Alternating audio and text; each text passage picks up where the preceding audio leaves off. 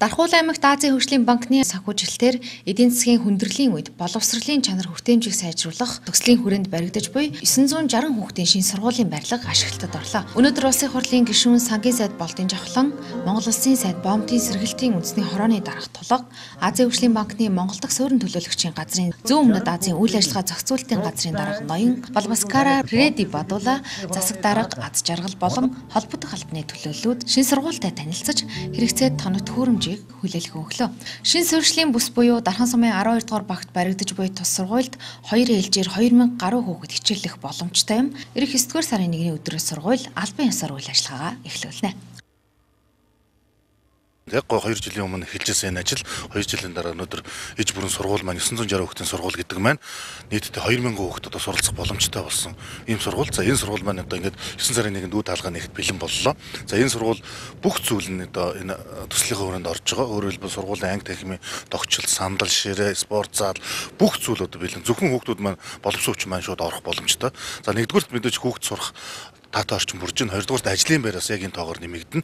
За гуравдугаарт энэ суурьшлийн бүс өөрөө манай 15 дугаар баг, за мөн 12 дугаар багийн хүслийн отхон. За энд шинээр үүсэж байгаа 12 дугаар багийн энэ шинэ хорооллын дунд баригдаж байгаа их онцлог.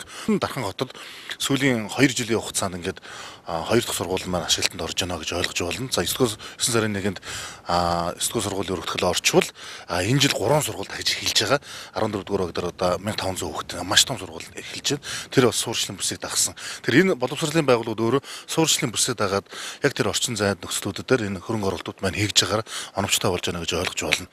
За эдгээр сургуулиуд орж иж өнөөдөр энэ өснө нэмэгдэж байгаа хэрэгцээгээ зөвхөн дархны хүүхдүүд гэлтгүй мөн сэлэнгийн иргэдийн хүүхдүүд зориулсан сургуулийн одоо боловсролын хүртээмж маань өөрөө нэмэгдэхээр их давуу талтай гэж ойлгож байна. Тэгээ сангийн яамны хамт олон тэр дундаа одоо улсын хурлын гишүүн сангийн сайд Болдын Жавхлан танд дарханчдын өмнөөс талхснаа илэрхийлье. За мөн одоо өнгөрсөн хугацаанд Дархуул аймаг сонгоцсон их хурлын гишүүд маань энэ Азийн хөгжлийн банкны төслийг одоо яг цаг хугацаанд нь оруулахын төлөө бас маш олон хүчин чармал гаргасан. Одоо боловсролын байнгын орооны даргаар тухайн үед ажиллаж исэн Онгорын намтны гишүүн бас яг энэ одоо төслийн хэмжээнд энэ сургуулийн барилгатаа ирж танилцаж цаг хугацаанд нь оруулах тал дээр бас үүрэг даалгавар өгч байнгын ороо хэсгийн ороонууд дээр одоо ажиллаж исэн. За мөн одоо багийн Баттамбар гишүүндээ бас талхснаа илэрхийлье. Ер нь эдгээр хүмүүсийн хүчин оролцоо нэгтэйгээр өнөөдөр Дарханд одоо энэ том бүтээн байгуулалт хөрөнгө оруулалтууд цаг үеэ болж одоо хийгдэж байна гэж ойлгож байна. За энэ сургуулийн бас нэг онцлог бол зөвхөн сургууль ашиглалтанд оруулаад зохисохгүй бүтэн хэмжээгээр физик, хим, одоо мэдээллийн технологийн бүх одоо танхимуудыг бол бид бүхэн бүрэн хэмжээгээр тохижуулж, за дотор нь бүх одоо компьютер, тоног төхөөрөмж, за физикийн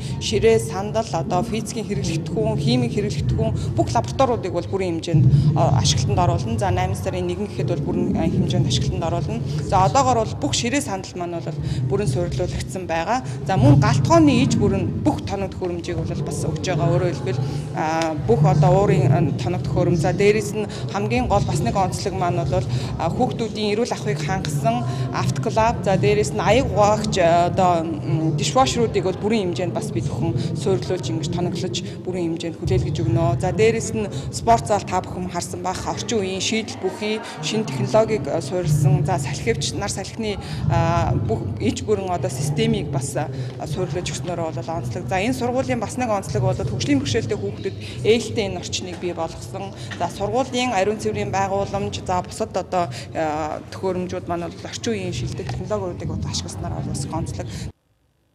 Сургууль нийт 4 блок, 9 анги, 16 кабинет, 4 лаборатори, 1 өдөр өнжүүлэх танхим, урлаг зал, спорт зал, галт тогоо, захиргаа удирдлагын өрөөнүүдтэй байх юм.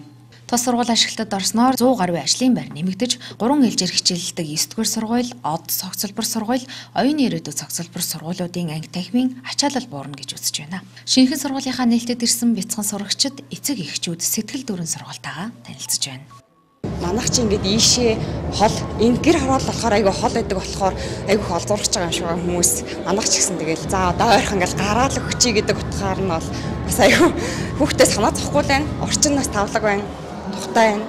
Тийм. Ингээ сая ингээ ангиуд дээр нь харсан чи ширээ мэрээнүүд нь бүр айгүй гоё шин юм биш. Одоо болохоор 9-р сургуульд ингээ 3 ээлжээр хичээлдэг сандал ширээ бүх юм айгүй юм давчуухан айгүй хэцүү байдаг байхгүй юу. Тэгэл божигнаа хаана юу болж байгааг мэддэхгүй. Тэгэл жаахан тиймэрхүү. Гэтэ энд бол амар гоё юм. За энэ ийм гоё сургуультай уулзсанд аймгийн удирдлагуудад баярлж байна. Баярлалаа.